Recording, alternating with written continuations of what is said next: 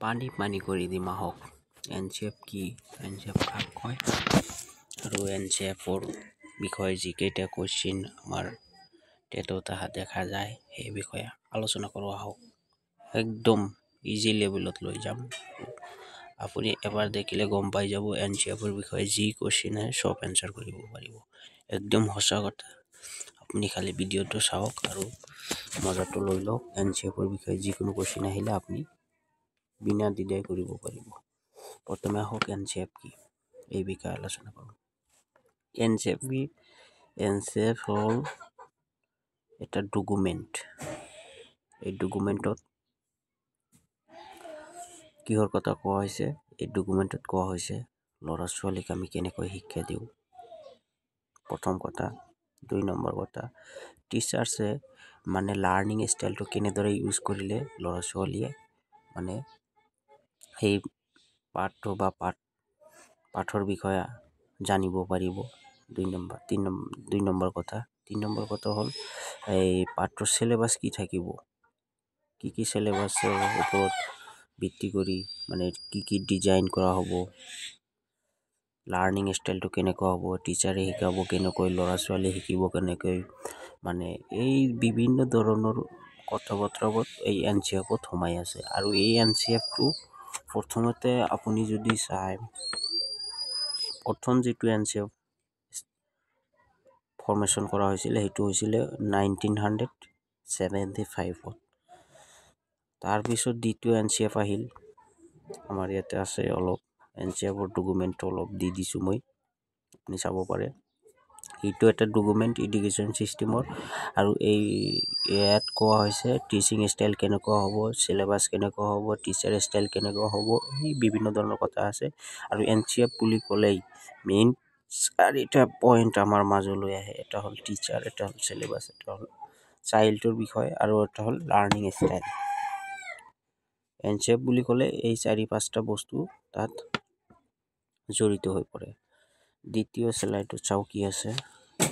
NCFটো ক'ৰ পৰা? প্ৰথম ধাৰণাটো লোৱা হৈছিলে ৰবীন্দ্ৰনাথ টেগৰৰ যিটো এছে আছিল চিভিলাইজেশ্যন এণ্ড প্ৰগ্ৰেছ, তাৰ পৰাই NCFৰ ধাৰণাটো লোৱা হৈছিলে। আৰু NCFটো NCERTয়ে বনোৱা হৈছে।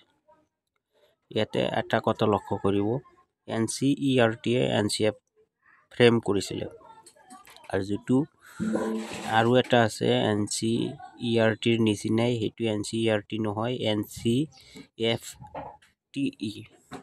মানে সেইটো টিচাৰৰ কাৰণে হয়, সেইটো প্ৰস্তুত কৰিছিলে NCTEয়ে, আৰু NCFটো প্ৰস্তুত কৰিছিলে NCERTয়ে। এই দুটা কথাৰ মাজত কনফিউজন নহ'ব, এইটো ভালকৈ মনত ৰাখিব। আৰু এই NCFৰ যিটো হেড আছিলে, মেইন গ্ৰুপৰ যিটো হেড আছিলে প্ৰফেচৰ য়েশপাল আছিলে, আৰু তেখেতে কৈছিল লাৰ্ণিং উইদাউট বাৰ্ডেন, মানে আমি শিক্ষাটো এনেকৈ দিব লাগে বা এনেকৈ ল'ব লাগে কোনো ধৰণৰ প্ৰেছাৰ বা বাৰ্ডেন নোহোৱাকৈ। এইধৰণে আমি লাৰ্ণিং উইদাউট বাৰ্ডেন, তেতিয়াই 1993তে কৈছিল এই কথাষাৰ। চাওকচোন কিমান সচেতন আছিল। আৰু প্ৰথম যিটো NCF হৈছিল 1975, 1988, 2000, আৰু এই যিটো বৰ্তমানৰ যিটো NCF এইটো হৈছে 4th নম্বৰ NCF। এইটো আহি যায় কেতিয়াবা কেতিয়াবা। বৰ্তমান চলি থকা NCF কিমান নম্বৰ NCF আছে? 4 নম্বৰ। আহকচোন NCFৰ বিষয়ে আৰু কি আছে চাওঁ অলপ। এই মেইন পইণ্টটো চাওক। মেইন পইণ্টতে লিখা আছে NCF কি কৰিছে, ৰোড লাৰ্ণিংটো বেণ্ড কৰি দিছে। ৰোড লাৰ্ণিং যিটো আমি কওঁ মুখস্থবিদ্যা য'তে দেখা পাব NCFে সেইটো মানা কৰিছে। মুখস্থবিদ্যা একচুৱেলি কেইমিনিটৰ বাবে থাকে। NCFে কি কৈছে, ৰিয়েল লাইফৰ সৈতে জড়িত হওক, ৰিয়েল লাইফ এক্সাম্পল দিয়ক, পঢ়াওক বাস্তৱ জীৱনৰ লগত, তেতিয়া মনত থাকিব। এই ৰোড লাৰ্ণিং এইবিলাকৰ দৰকাৰ নাই।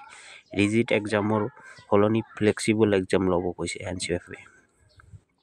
সেইটোৱে মেইন পইণ্ট। আৰু টিচাৰ ৰোলটো হ'ব লাগে ফেচিলেটৰৰ হিচাপে মানে সুবিধাদাতা হিচাপে থাকিব লাগে। তাত মানে ষ্টুডেণ্টে য'ত মানে ফচকি যাব, য'ত মানে হ'ব, তাতে টিচাৰে যাই কিনে হেল্প কৰিব। আৰু এইটো কনষ্ট্ৰাকটিভিজমৰ ফ'ল' কৰে NCF মানে কি ৰচনাবাদ কি তুমি ধৰা কিবা এটা বস্তু নতুন এটা কিবা বস্তু উদ্ভাৱন কৰিব পৰা যিটো ক্ষমতা, তাক বেছিকৈ উৎসাহিত দিব লাগে। আৰু সেইটো চাইল্ড চেণ্টাৰত ৰাখি পেলাই কৰা হয়। এইকেইটা আছিলে মেইন পইণ্ট। একচুৱেলি আমি যদি এই আলোচনাৰ পৰা গম পাওঁ যিখিনি কথা, সেইখিনি হ'ল মানে ল'ৰা বা ছোৱালী বা ষ্টুডেণ্টছৰ কথা কোৱা হৈছে, ইয়াত বেছি ফ'কাছ কৰিছে। মানে তাহাঁতে যিফালে যাব খোজে সেইফালেই আপুনিও যাব লাগিব, সেই হিচাপত আপুনি সেই বস্তুৰ লগত ৰিলেট কৰি পঢ়াব লাগিব, সেইটোৱে মেইন কথা। আৰু NCFৰ বিষয়ে যদি কাৰো কিবা ডাউট আছে আপুনি কমেণ্ট বক্সত জনাব, মই আৰু বহলাই ইয়াৰ বিষয়ে আলোচনা কৰিম। যদি ডাউট আছে এইখিনিৰ পৰাই আপুনি 2-1 মাৰ্কৰ যিটো কুৱেশ্যন আহিব 100% পাই যাব, ইয়াৰ মাজত কোনো ভুল নাই। আৰু নেক্সটত আমি কুৱেশ্যন আনচাৰ ডিছকাশ্যন কৰিম। আপুনি বা আপোনালোক সদায় মোৰ চেনেলটো ফ'ল' কৰক, সম্পূৰ্ণ ভিডিঅ' আপুনি আহি আছে আৰু এছামিছত পাব, কোনো টেনশ্যন নাই। আপোনালোকে যিসকলে ইংলিছ বা হিন্দী বুজি নাপায় মোৰ চেনেলটো ফ'ল' কৰক, মই এছামিছত সম্পূৰ্ণ ডিটেইলছ দি আছোঁ আৰু একদম এক্সামটো একদম পানী কৰি দিম, চবেই ফ'ল' কৰিব। ধন্যবাদ।